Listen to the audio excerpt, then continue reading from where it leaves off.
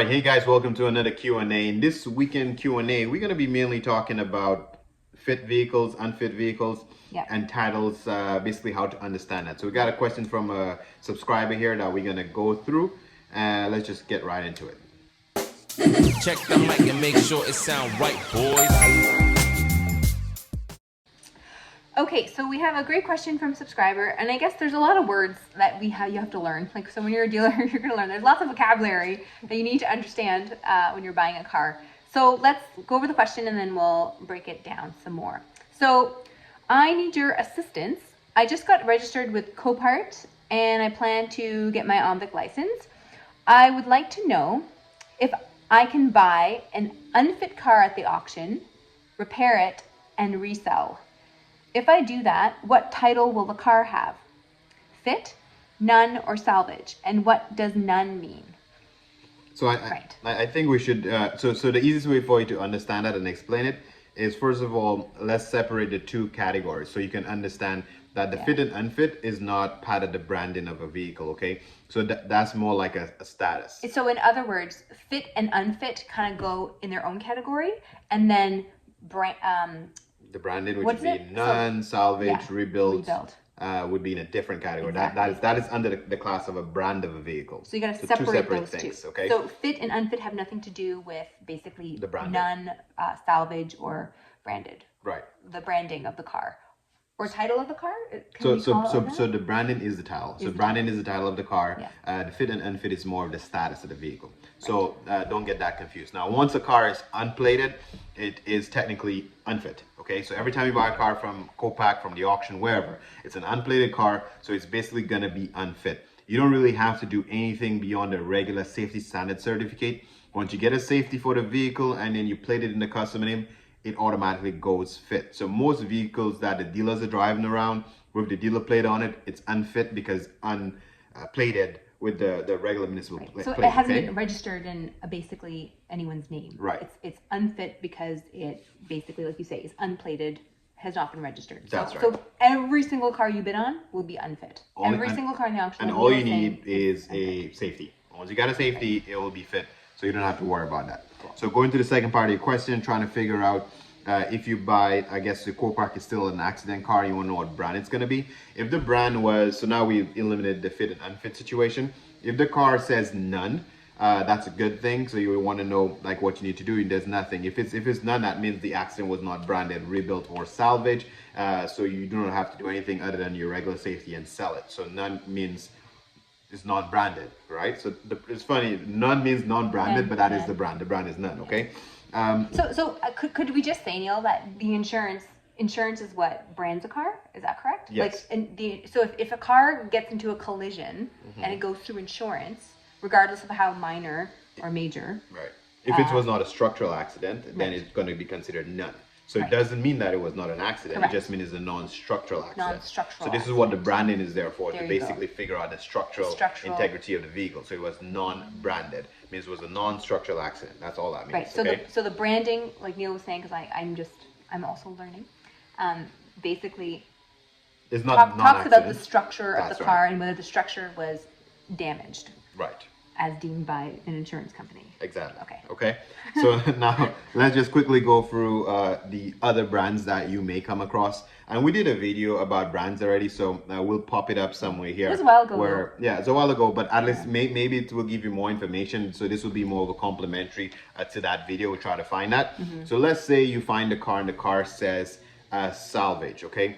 So when the car says salvage, again, that just means the insurance inspect the car after the accident and determine that the vehicle had a structural damage on it. So you need some sort of structural repair. Once that vehicle is done at the body shop and you're done fixing it, you would get what they call a structural certificate, okay? You'll get a structural certificate, and then that would cause the car to be flipped into a new brand, which will be rebuilt. So it literally sounds like common sense. Obviously, it means rebuilt means you fix a structural problem. You've rebuilt the car and you fix a structural problem. Okay. So it goes from salvage to rebuilt. Okay.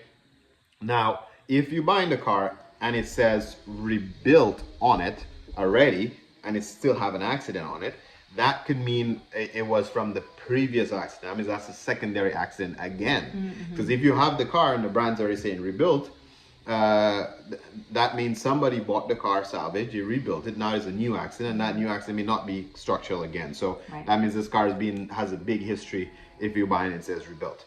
And then the last one you didn't mention on here that still exists would be irreparable, okay?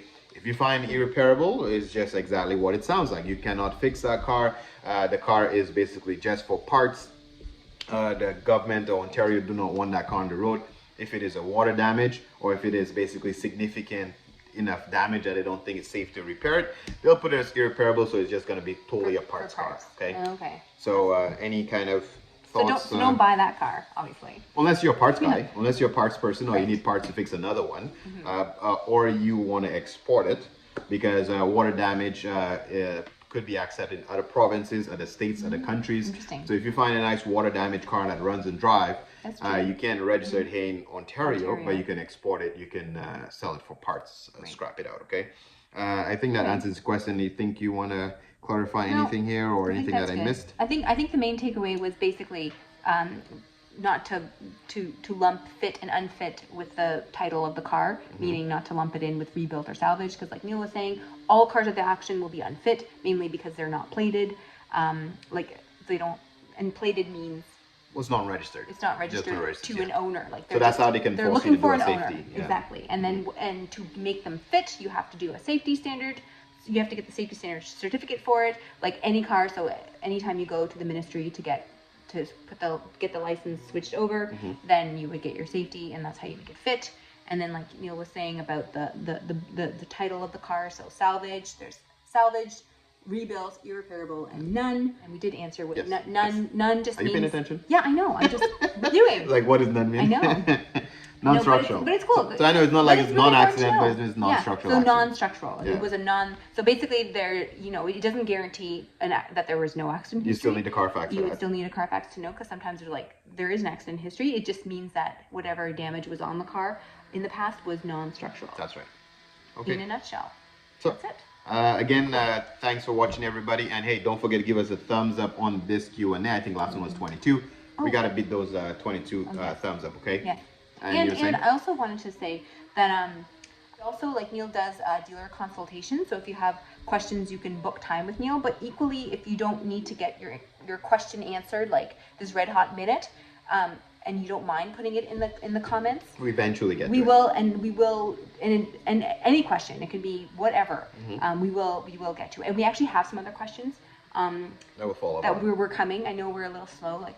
And equally, we'll ask for help from the community too. I know some of you guys are doing that, and I say thank you so much for that. But we do have some loyal subscribers who equally can get to the questions before us. So sometimes we don't have time to get to all the questions. And if you have the answer and you can contribute to the community by just answering the other subscribers, that's great. So thank you already for those who's doing that.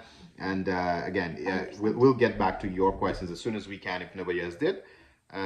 And I think that's it for today. Thanks for watching, guys, and I'll catch you in the next one. Peace.